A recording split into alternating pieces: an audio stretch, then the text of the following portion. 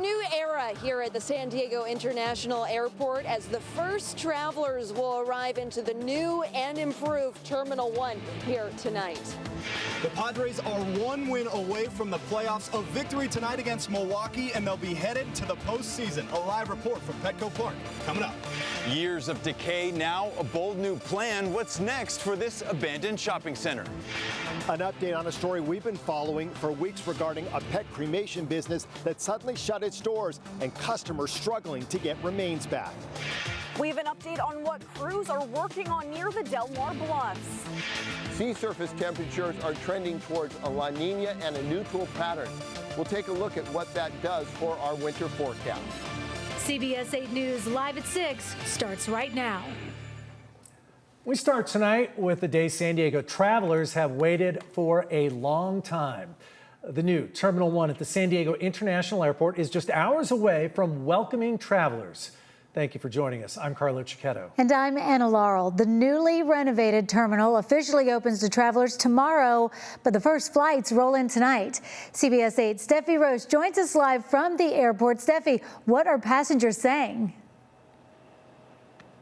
Right, well, people are excited for the improvements at the new Terminal 1 here behind me, but it's also a bit bittersweet for travelers as the original terminal over here, it's an end of an era. The final flight out of the old terminal, which was built in 1967, departs just after 9 p.m. And the first flight arriving into the new terminal is set to get in at 8:55 tonight. A spokesperson for the airport previously told me the budget for constructing the new terminal is $3.8 billion. The new T1 will feature wider and more spacious lounging areas, modern amenities, and more concessions. I just caught up with 3 passengers on some of the last flights into the old terminal. I asked what they're most excited about for the new T1.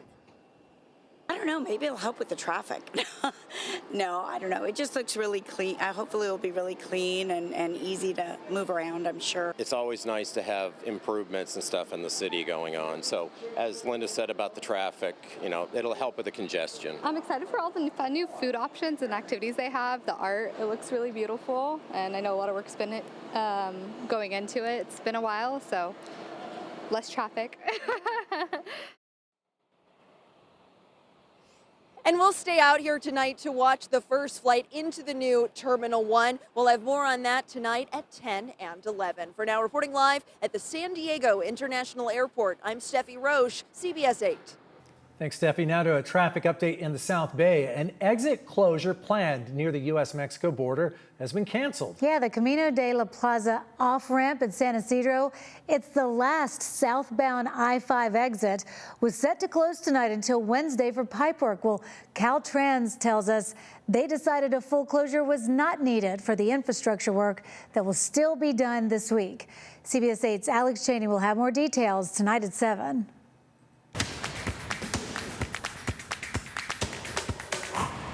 The Padres are just one win away from clinching a playoff spot, and that could happen tonight. In about half an hour, the Padres will face the Milwaukee Brewers at Petco Park and have the chance to lock in a spot in the playoffs. CBS 8's Jake Garriani is there now with where the Padres stand tonight.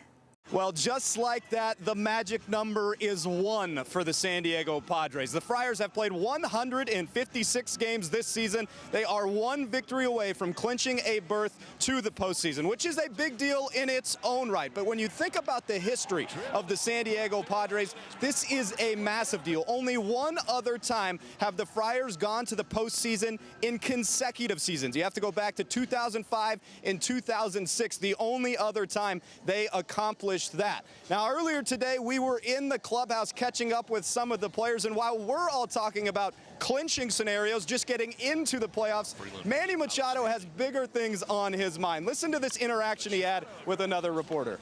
I'm still trying to win this division. We still got a chance, so hopefully we'll be hosting. Yeah, but we still got a chance for another spot. Beating the Dodgers? Winning the division, yeah. Yeah, okay. Okay, what? You don't believe it? Well, you know. I love that. I love that you have your doubts. I love doubters. I've dealt with that my entire career. Okay. When you were traded over here to San Diego, were these the type of games you envisioned possibly playing in? Clinching games, October baseball, stuff like that?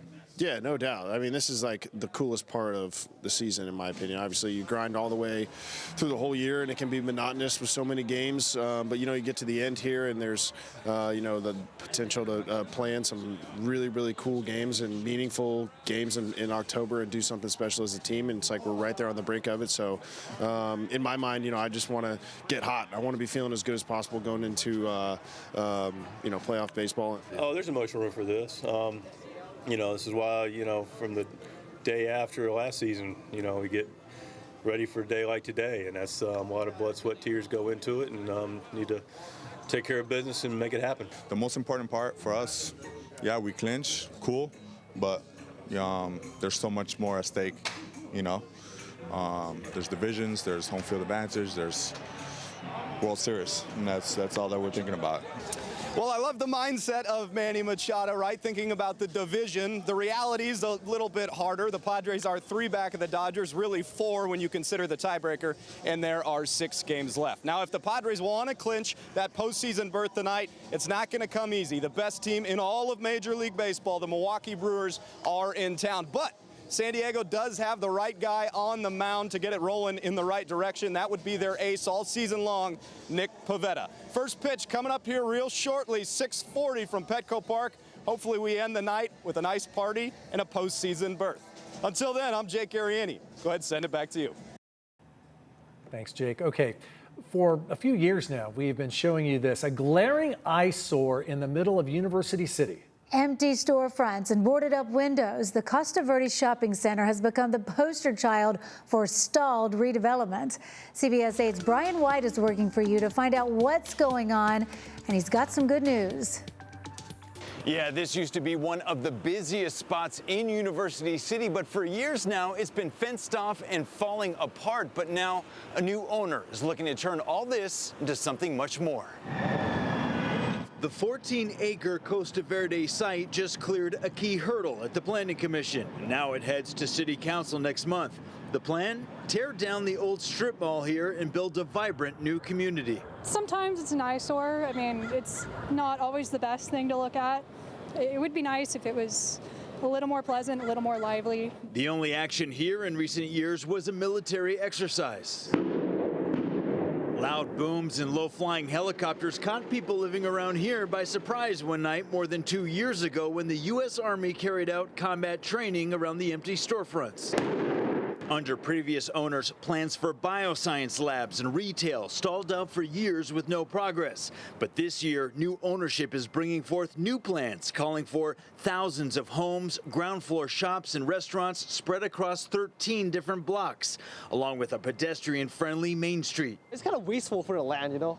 Yeah, I'm hoping for something to kind of grow in this place. The $124 million property is now owned by London-based Global Mutual. Local developer Cass Street Ventures is behind the master plan, which includes housing, retail, and even a boutique hotel. It's also nice that they are planning on making it a mix of not just residential, but also a little bit of more stores, more things like that. I think that's better for the UCSD community. The project goes before San Diego's City Council on October 20th. If approved, demolition would begin next year. And by 2028, this long blighted property could finally become a neighborhood gem. Brian White, CBS 8. Thanks, Brian.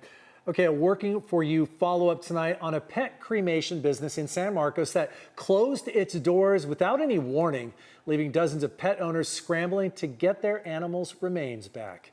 The city of San Marcos entered the business over the weekend, and a competitor has stepped up to help. CBS 8's Steve Price has been following this story for weeks and has helped several pet owners get their remains returned. He joins us live outside the business with more on these latest developments. Steve? And Anna and Carlo, I am still getting emails and texts from grieving and, quite frankly, frustrated pet owners who are trying to get their animals' remains. But tonight, a little bit of good news. Slowly but surely, we're making some progress. It just broke my heart. I just wanted to see how we could help. Jerry Wellman reached out to me after seeing our stories about Angel Pa's pet cremation shutting down without warning. Inside the San Marcos business, dozens of cremated remains that haven't been returned to customers. We have to bring some closure to people with their pets. Jerry is the general manager at Sorrento Valley Pet Cemetery, so I put him in touch with Angel Pa's owner, Chris Settle, and Jerry made a very generous offer. Chris, let me do the cremations for the pets you have. Let's help give the closure to the owners. Let's help give back ashes. Jerry says Chris dropped off 33 animals on Saturday for communal pet cremations, meaning those owners do not want the remains returned.